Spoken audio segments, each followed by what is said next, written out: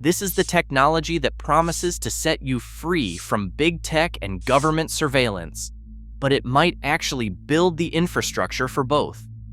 Decentralized identity, sometimes called DID, is being marketed as the solution to our privacy crisis. The idea sounds simple enough. Instead of Facebook, Google, or government databases controlling your identity, you control it yourself through a digital wallet on your phone, deciding what to share, with whom, and when.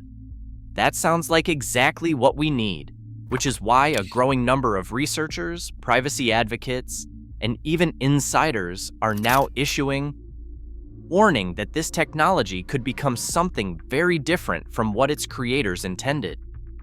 We are going to examine the gap between promise and reality today, because understanding this technology matters.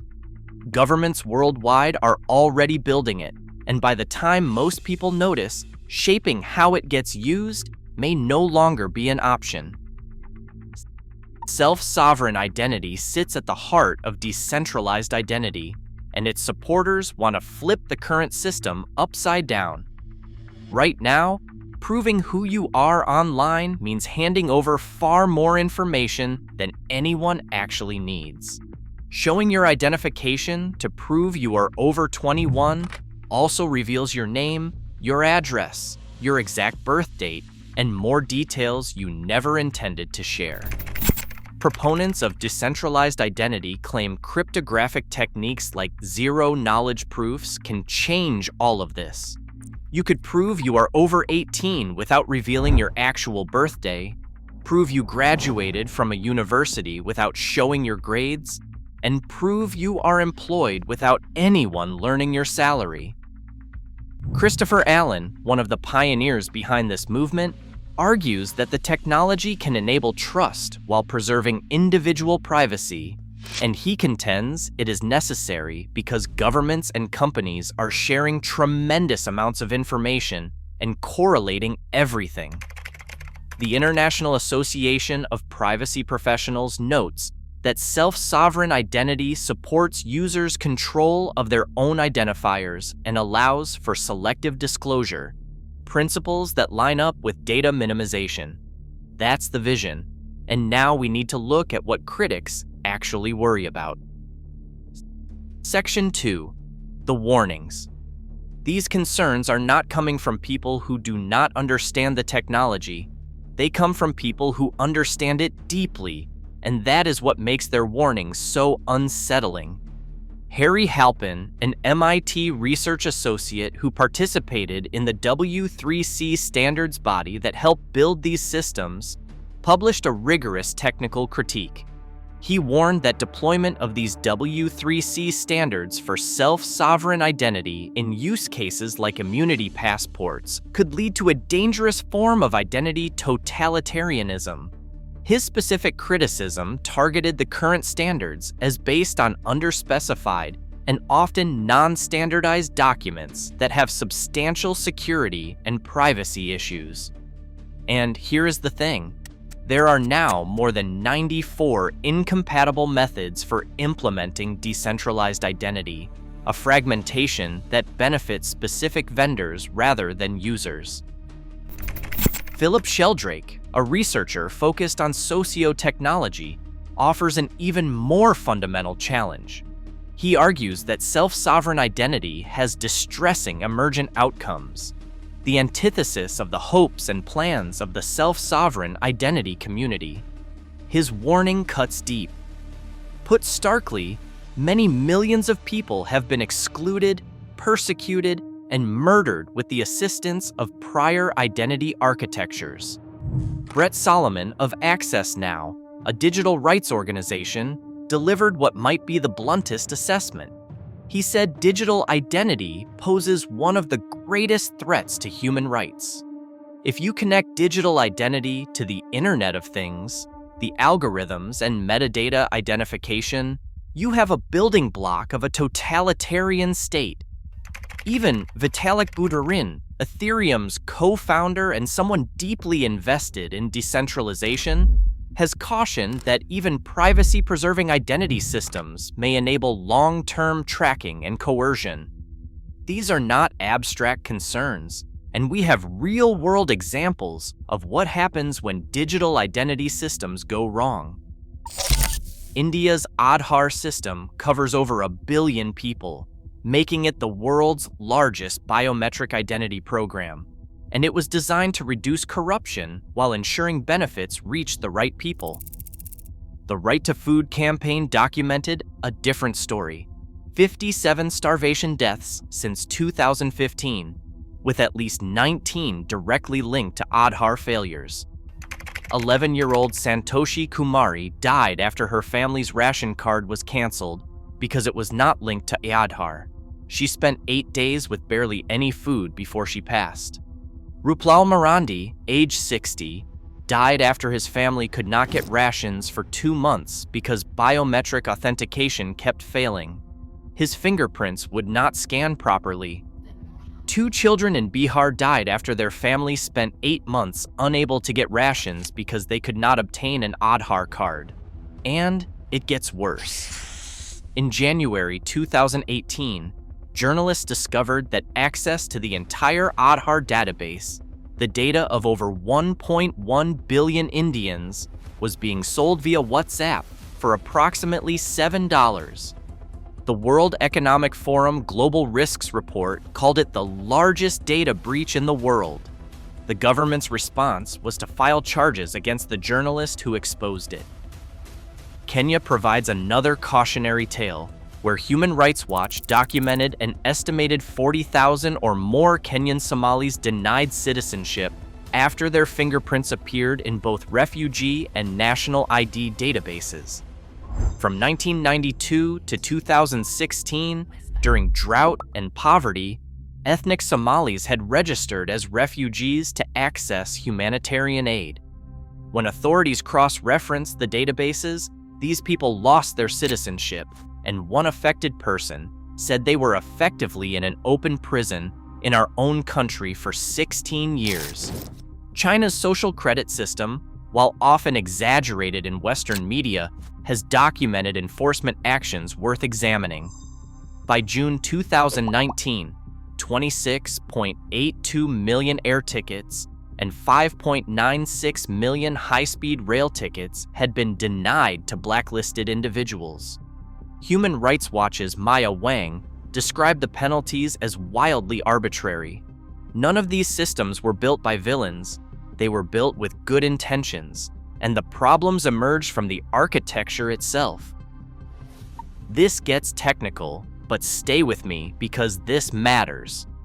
Decentralized identity systems contain several built-in vulnerabilities that could enable surveillance, regardless of what the designers intended.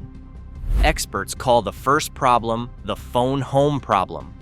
When you use a credential, the system often needs to check whether that credential has been revoked, and that check frequently requires contacting a server controlled by whoever issued the credential.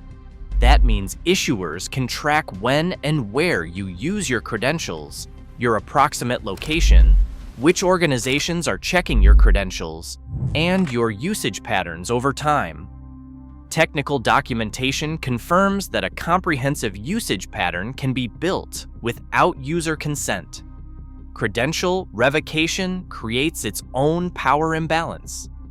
Organizations can invalidate your credentials whenever they want, and if an issuer disappears because a university closes or a government changes, your credentials may become permanently unverifiable.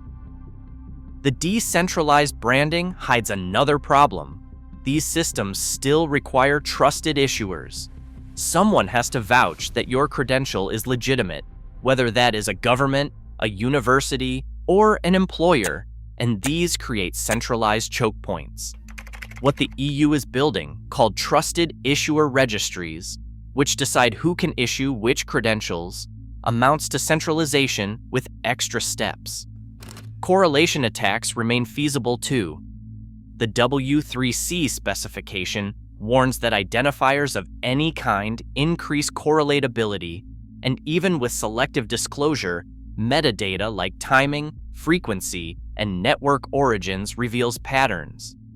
Discussions at the Internet Identity Workshop confirm there could be collusion between verifiers to aggregate data and gather extra information about the holder. This risk is about correlation and loss of control. The key recovery problem may be the most damaging. Lose access to your digital wallet, lose your phone, forget your password, and you lose your identity. Research confirms the lack of a central recovery mechanism leaves users no way to recover their key if they forget their password, which they often do. Custodial recovery seems like the obvious solution, but that reintroduces the centralization the system was supposed to eliminate. The question of recovery is therefore central to whether these systems protect users or expose them.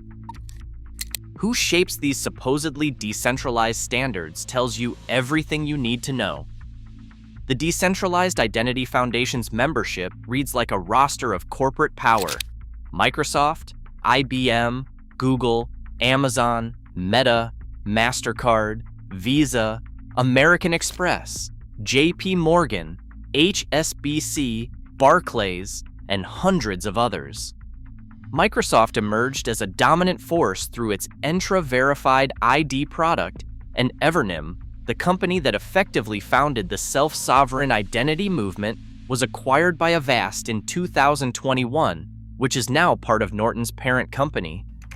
Evernym's chief trust officer led the W3C standards work, and that is worth sitting with for a moment. $27.9 billion.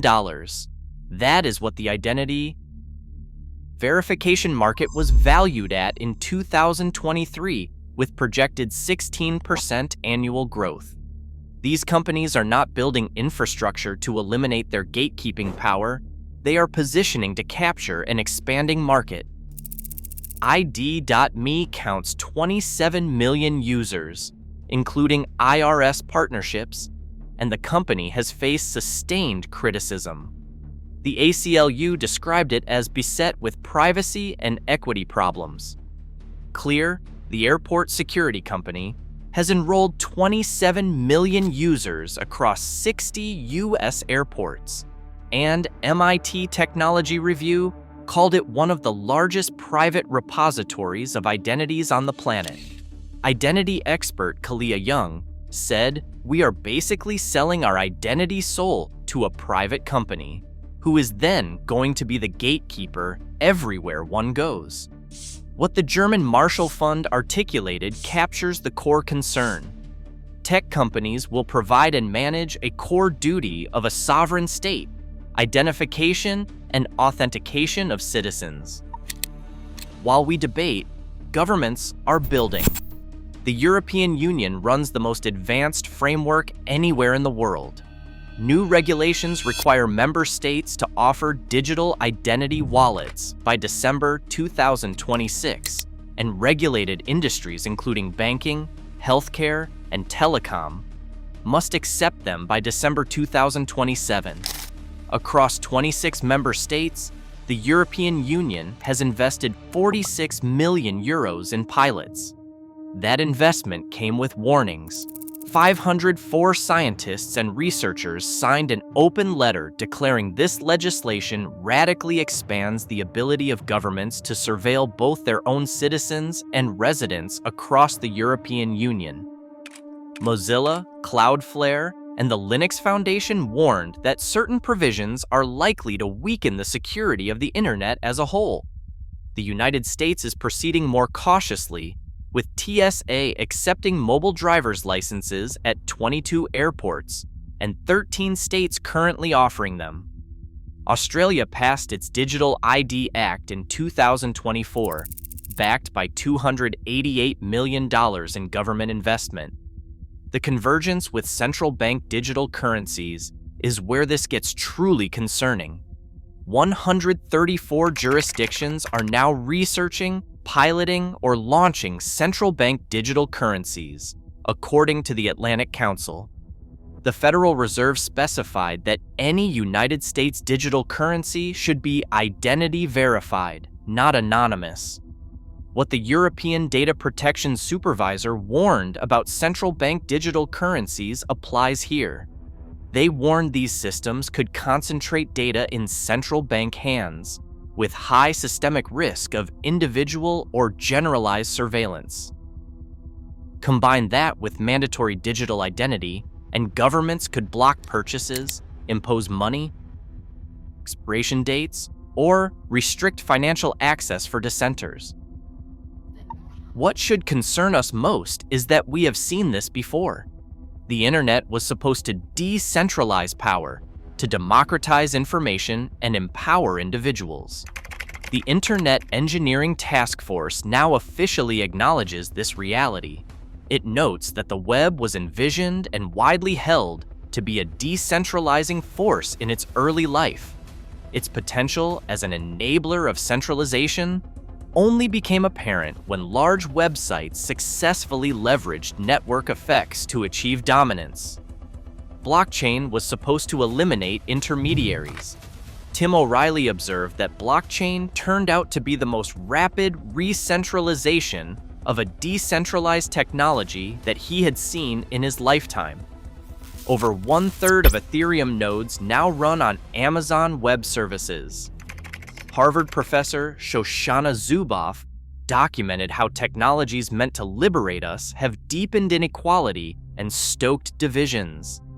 Surveillance capitalism emerged from technologies that promised democratization. The pattern repeats. Decentralization rhetoric is followed by centralization reality.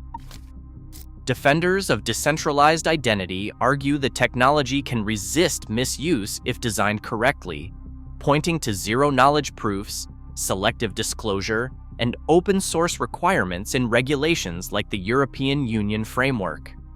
Australia explicitly legislated that individuals cannot be required to create a digital ID. Here is what this research actually shows.